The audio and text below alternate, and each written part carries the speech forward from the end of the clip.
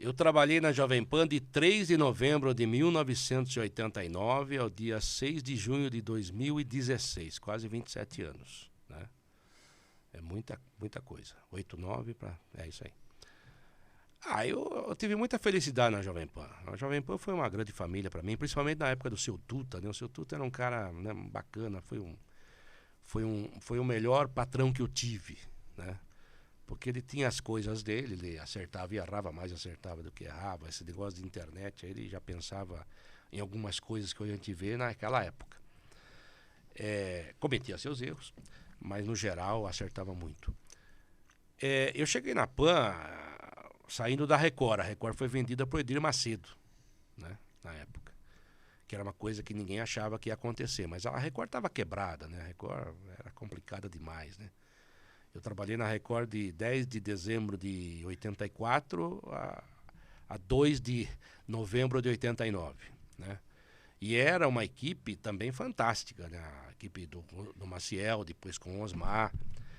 Tem muita história na Record. E eu trabalhei na Gazeta 4 anos, que foi uma escola para mim. A Gazeta foi um negócio sensacional, extraordinário. A Rádio Gazeta, na época, ela era como se fosse um vestibular para você entrar em São Paulo, algo assim, né? O Galvão Bueno passou por lá, o Flávio Prado, Henrique Guilherme, tanta gente boa. E era uma rádio que te dava chance, que pagava razoavelmente bem em dia, que era um negócio legal, né? Fazia praticamente tudo que as outras faziam, né?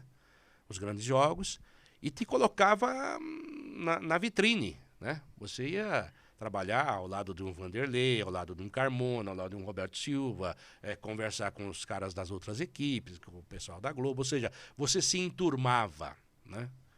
Então, foi um negócio, você perguntou da PAN, mas eu respeito demais a Gazeta, a história minha na Gazeta, aprendi muito ali. Inclusive, esses dias até o José Calil postou uma coisa homenageando o Israel Gímpio. Eu fiquei muito emocionado, porque volta naquilo que o Vini falou, né? Porque as pessoas acham que nós somos concorrentes e por isso somos inimigos, né? E não somos, né? No meu primeiro ano de Gazeta, em 82, cheguei em 80. Na véspera da Copa de 82, a seleção brasileira ficou treinando em São Januário, não tinha Teresópolis, essa coisa. E eu fui para o Rio de Janeiro cobrir a seleção brasileira, o que para mim era um negócio... Eu não fui à Copa, mas fui cobrir a seleção, né? Chegando lá, cara, eu era um baita de um estranho no ninho. Conheci alguns jogadores, é claro, né? Tinha uma certa experiência, mas era muito jovem. Sabe quem me deu toda a guarida? Israel Gímpio. Não sabia quem eu era, não perguntou onde eu trabalhava. Eu não tinha a minha linha lá em São Januário, não funcionava. Ele me levou para o prédio da Jovem Pan, que era um estúdio no Rio, do lado do aeroporto lá. Eu passei minha matéria da Jovem Pan Rio, para a Gazeta de São Paulo. Ele me deu todo o suporte e sem saber, tipo assim, sabia, me apresentei, mas eu não tinha nenhuma obrigação de fazer isso, cara. Sabe?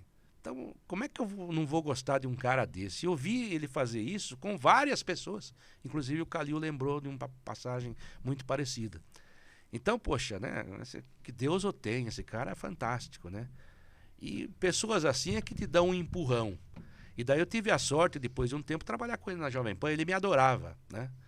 Eu ia ao Rio de Janeiro, nossa, era fantástico. E um cara muito sério, né? Um cara que passava coisas legais pra gente, um cara que ensinava, né?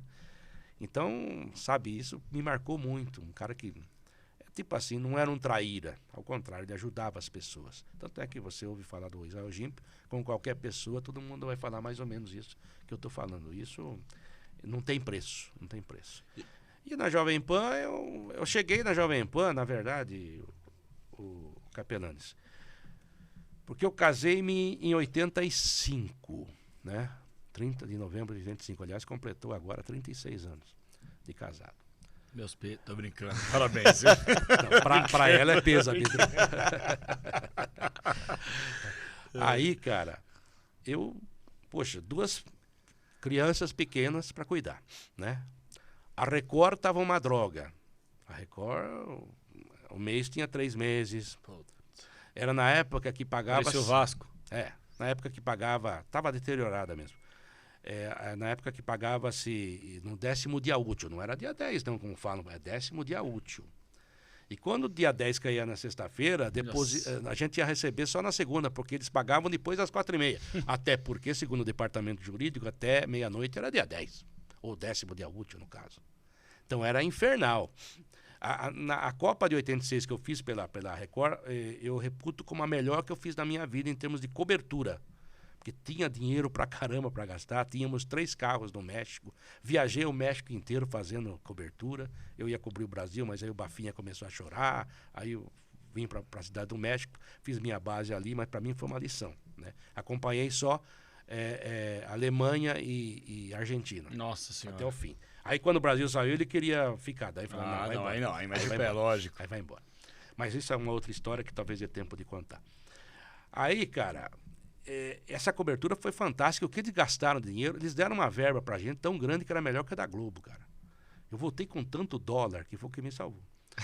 Verdade. E gastando assim, cara, uma gastança indiscriminada. Eu falei, nossa senhora, o que tá acontecendo? E depois quebrou, né? Já tava quebrando. Aí eu tava com 2 crianças pequenas, eu vivia dentro de avião, a Record fazia tudo, né? Já era a época do Osmar, depois o Maciel, depois o Osmar. Aí, cara, tanto é que nos últimos 11 meses de Record, eu fiz praticamente todos os jogos com o Osmar, né?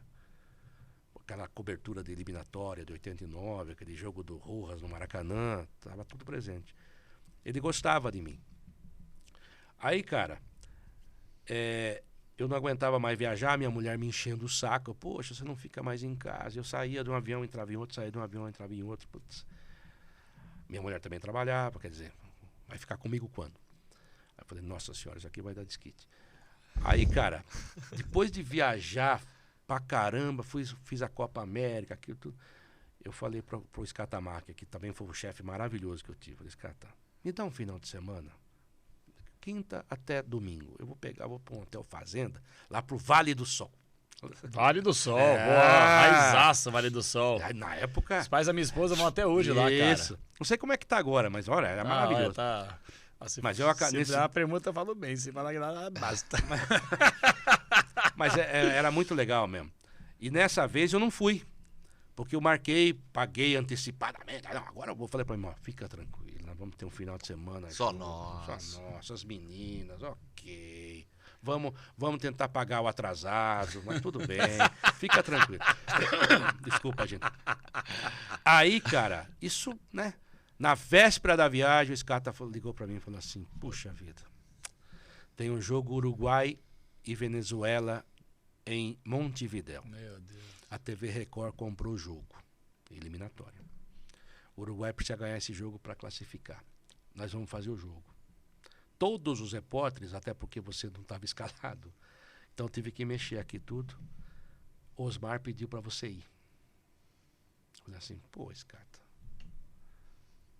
tá tudo comprado. O que eu falo lá em casa? Não, depois eu te compenso. Puxa, faz esse favor pra Quebra. Puta, minha mulher queria morrer, né? Mas tudo bem. Pô, nem verbo eu peguei, fui direto. Com que cara que você chega e fala, amor, é o seguinte... Sabe nossa viagem? A nossa viagem. Mas tem a volta, tem a volta. Aí eu fui, o Uruguai ganhou por 2-1, fiz uma bela matéria com o Rubens Souza, né? Jogava pra caramba. Aí deu tudo certo a transmissão, mas puta, por dentro aqui, falei, caramba, será que é isso mesmo? Mas tudo bem. Voltei pra São Paulo, cheguei na segunda. Terça de manhã fui pra Belo Horizonte fazer São Paulo e Atlético Mineiro. Nossa. Na verdade. E aí? Aí eu fiquei sabendo que o Carlos Lima, que era um repórter, né, um repórter extraordinário, uma das melhores figuras que eu conheci, saiu da PAN e foi pra Globo. Saiu da PAN e foi pra Globo. Aí eu falei assim, puxa vida, né, acho que eu vou pra PAN, viu? Tô lá sentado na escada do Mineirão, do velho Mineirão, anotando, né? Atlético com alguém, São Paulo. Mas por que você pensou isso? Acho que eu vou pra PAN, porque... Não, falaram que ele tinha saído. Não sei quem falou pra mim lá, fiquei falando, acho que eu vou falar pra ir pra PAN. Nisso chega Zé Silvério, Orlando Duarte e Vanderlei Nogueira. Falei assim, boa noite. Posso fazer uma pergunta? Pode. O Carlos Lima saiu? Saiu. Pô, me indica lá, pô. O Vanderlei falou assim, você vai pra PAN? Por que não? Pô, mas você vai pra Copa do Mundo agora, vai pra Itália, pô, tá fazendo todos os jogos. Mas não, Vanderlei, não aguento mais viajar. E o Carlos Lima, na verdade, queria viajar. Na PAN, normalmente, naquela época, só viajava o número 1 lá, o Vanderlei. Tudo certo, nada contra. Aí eu falei assim, não, me indica que eu vou. Ó, eu ganho X. Se me der isso um pouquinho mais, eu vou. Daí o Silveira, você vai? Falei, vou. Orlando falou, tá bom. No dia seguinte falaram, o Carbone falou com o seu Tuta. Olha como é que era o rádio. Né? Sexta-feira o seu Tuta falou assim, tá bom. Mas eu não conheço ele, eu só ouço a PAN. Manda uma fita. Eu fui da central da Record, falei com o Bartok, que era um cara que lembrava muito o Schemper dos Três Patetas. Confuso. Eu tenho uma história, uma entrevista do Tostão com ele que é maravilhosa. Eu falei assim, ô Bartok, pega aquele jogo de quarta-feira, Atlético Mineiro em São Paulo, copia um tempo pra mim, vai.